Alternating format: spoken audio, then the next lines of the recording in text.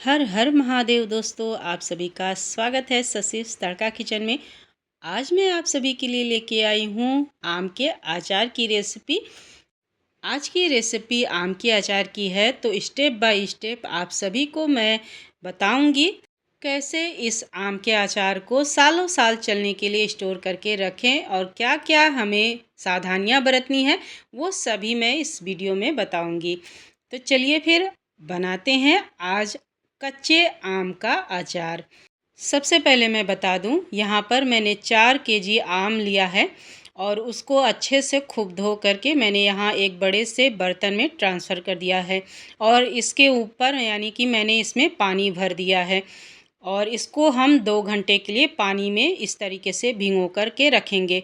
और ये मैं बता दूं, यहाँ पर एकदम कड़ा और टाइट आम हमें अचार के लिए चाहिए।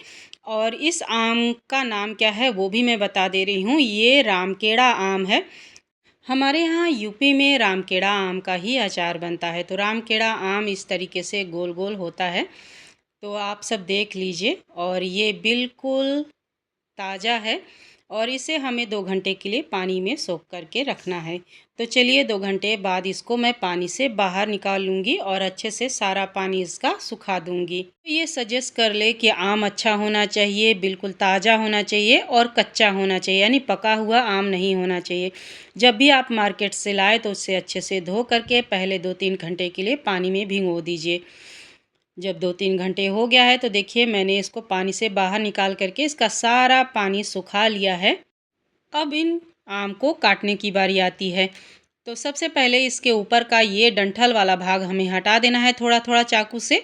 और यहाँ मेरे पास है सरौता आम को काटने के लिए।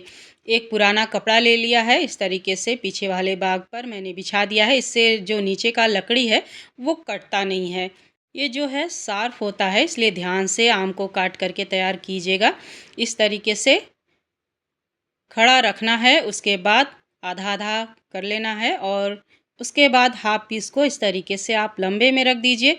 अगर आप लंबाई में काटना चाहते हैं तो पतला पतला आप लंबे लंबे ही काट सकते हैं, नहीं तो इसके 4 भाग करना चाहते हैं तो आप 4 भाग भी कर सकते हैं। छोटे बड़े पीस जैसा आपको पसंद हो उस हिसाब से आप इसको काट करके तैयार कर लीजिए। तो सभी आम को इस तरीके से काट करके तैयार कर लेना है। मार्केट में इस तरीके का सरौता भी होता है जो बेचते हैं आम, तो वो काट करके भी देते हैं, पर मुझे उनका काटा हुआ पसंद नहीं आता है, इसलिए मैं घर पर ही काट करके तैयार करती हूँ। तो देखिए यहाँ पर इस तरीके से 4-4 टुकड़े में इसको काट करके तैयार कर लेना है और जो बीज का भाग है वो हमें निकाल देना है, यानी बीज वाला भाग हमें नहीं लेना है। इस तरीके से हम सभी आम को काट करके पहले तैयार कर लेंगे। उसके बाद 2-3 घंटे का इनमें धूप लगाएंगे। सरौता का ये जो नाइफ़ है बहुत ही शार्प हो, इसलिए ध्यान से काट करके तैयार कीजिएगा, हाथ वगैरह ना कट जाए। और जो भी इसके ऊपर छिलका वगैरह लगा है वो सभी हमें हटा देने हैं, बीज भी हटा देने हैं। इसमें से आपको अगर कोई आम पका हुआ लगता है यानी पीला हो गया है तो वो आम हटा दे, या सड़ा गला हो वो भी आम हमें हटा देने हैं, वो हमें काटना नहीं है। तो चलिए मेरे आम कट गए हैं 2 घंटे का, अभी इनको धूप लगा देना है। आप चाहे तो पंखे की हवा में भी इसको सुखा सकते हैं, तो पर धूप है आज तो मैं धूप में ही 2 घंटे के लिए इसको रख दूँगी। और 2 घंटे बाद इसका हम अचार मल कर के तैयार करेंगे। तो पहले मैं इसको 2 घंटे के लिए धूप में फैला दूँगी। जब तक हमारा धूप में आम सूख रहा है तब तक यहाँ पर हम मसाले बना कर के तैयार कर लेते हैं। तो यहाँ थाली में मैंने सभी मसाले ले लिए हैं। 2 बड़ा चम्मच सौंफ लिया है, 1.5 चम्मच मैंने लिया है जीरा और 2 बड़ा चम्मच लिया है मेथी दाना और दोनों तरीके का सरसों मैंने लिया है, पीली वाली सरसों भी लिया है और काली वाली भी सरसों लिया है, 1-1 चम्मच दोनों को लिया है। और यहाँ पर 1 चम्मच लिया है मंगरेल और 1 चम्मच लिया है अजवाइन, 1 डिब्बी मैंने यहाँ पर हींग लिया है और 2 बड़ा चम्मच लिया है धनिया साबुत। इन सभी मसालों को हमें थोड़ा सा भूनना है। और इससे पहले मैंने यहाँ गैस पर हाई फ्लेम पर रख दिया है एक कढ़ाई में 1 लीटर तेल। इस 1 लीटर तेल को हमें हाई फ्लेम पर खूब अच्छे से गर्म करना है। तब तक दूसरे साइड हम यहाँ मसाले अच्छे से रोस्ट करके ले लेते हैं। तो सबसे पहले हम मेथी को सिर्फ डाल करके भून लेंगे थोड़ा सा, क्योंकि मेथी जो है पीसने में ज़्यादा टाइम लेता है, इसलिए इसको अलग ही पीस करके मैं बोलना चाह रही थी, मतलब इसको अलग ही भून करके निकाल लेना है। इसी कढ़ाई में हम भून लेंगे जीरा, धनिया और सौंफ और साथ में राई को भी। अभी अजवाइन और कलौंजी को हम अलग से भूनेंगे। पहले इन्हें हम भून लेते हैं क्योंकि ये जल्दी भून करके तैयार हो जाते हैं और अजवाइन इनसे भी कम टाइम में भून करके तैयार हो जाता है।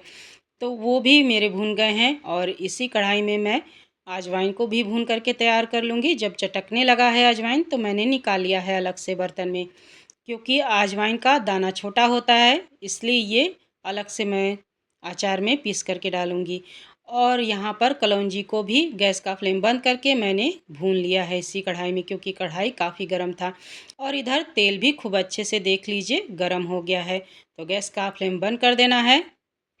और यहाँ पर देखिए मेथी को सबसे पहले इस तरीके से दरदरा मैंने पीस करके लिया है। ध्यान रहे सभी मसालों को खूब अच्छे से ठंडा करने के बाद ही हमें ग्राइंड करना है और बाकी मसालों को भी दरदरा पीस लेना है। अजवाइन को मैं अलग से पीसूंगी क्योंकि वो छोटा दाना होता है तो बिल्कुल पाउडर बन जाता है, हमें पाउडर नहीं बनाना है अजवाइन का। तो अजवाइन को भी बिल्कुल कुछ सेकंड के लिए मान लीजिए हमें चला लेना है।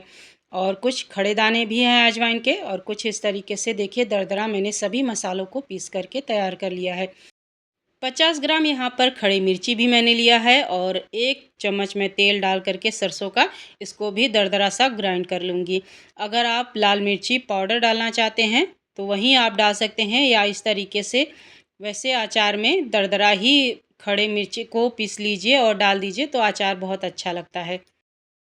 मसाले तैयार हो चुके हैं तो तेल अभी गरम है, यानी थोड़ा ठंडा हुआ है।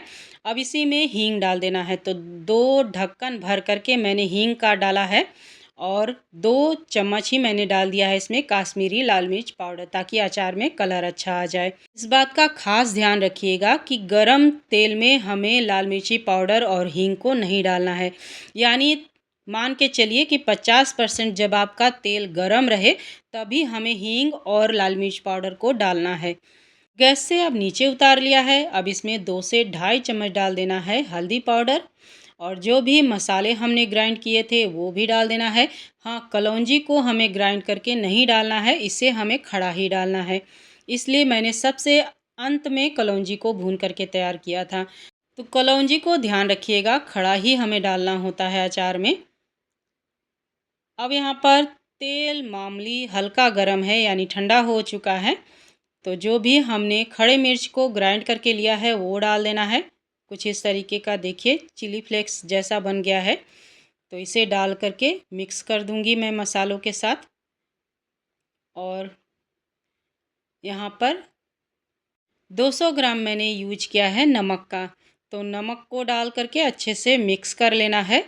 अगर आप इसमें लहसुन वगैरह अदरक वगैरह डालना चाहते हैं तो वो भी डाल सकते हैं इसी स्टेज पर, यानी दरदरा सा उन्हें कूट लीजिए खूब अच्छे से, खलबट्टे में छील करके लहसुन और अदरक को आप इसमें डाल सकते हैं, यानी 2-2 बड़ा चम्मच दोनों को आप डाल सकते हैं।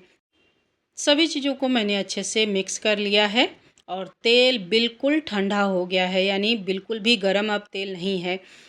और आम को भी मैं 2-3 घंटे पहले ही धूप से ले आई थी और पंखे की हवा में ही ऐसे ही इसको छोड़ दिया था ताकि ये अच्छे से ठंडा हो जाए। यानी जब भी अचार आप बना करके तैयार करें तो आप सबसे पहले आम के पीस को 2-3 घंटे ऐसे ही फैला करके छोड़ दीजिए। जब वो अच्छे से ठंडा हो जाए तब अचार को मल करके तैयार कीजिएगा, यानी गरम गरम तेल में या गरम गरम धूप से ला करके अचार मल करके तैयार नहीं किया जाता है। जब अच्छे से सभी चीज़ें रूम टेम्परेचर पर आ जाए तब आप अचार मल करके तैयार कीजिए। तो देखिए कढ़ाई से मैंने निकाल करके भगोने में ही अच्छे से इन सभी चीज़ों को मिक्स कर लिया है। सभी चीज़ों को अच्छे से मिक्स कर लिया है। अब इसे 2-3 दिन के लिए इसी पतीले में हम रहने देंगे। धूप वगैरह में आपको रखने की बिल्कुल भी ज़रूरत नहीं है। छाँव में ही इसे आप किसी पतले कपड़े से ढक कर के रख दीजिए 2-3 दिन के लिए। उसके बाद किसी भी कांच के बर्तन में या जो चीनी मिट्टी की बरनी आती है उसमें भर करके रख दीजिए ढक करके। मिलते हैं फिर एक नई रेसिपी के साथ, तब तक के लिए बाय बाय।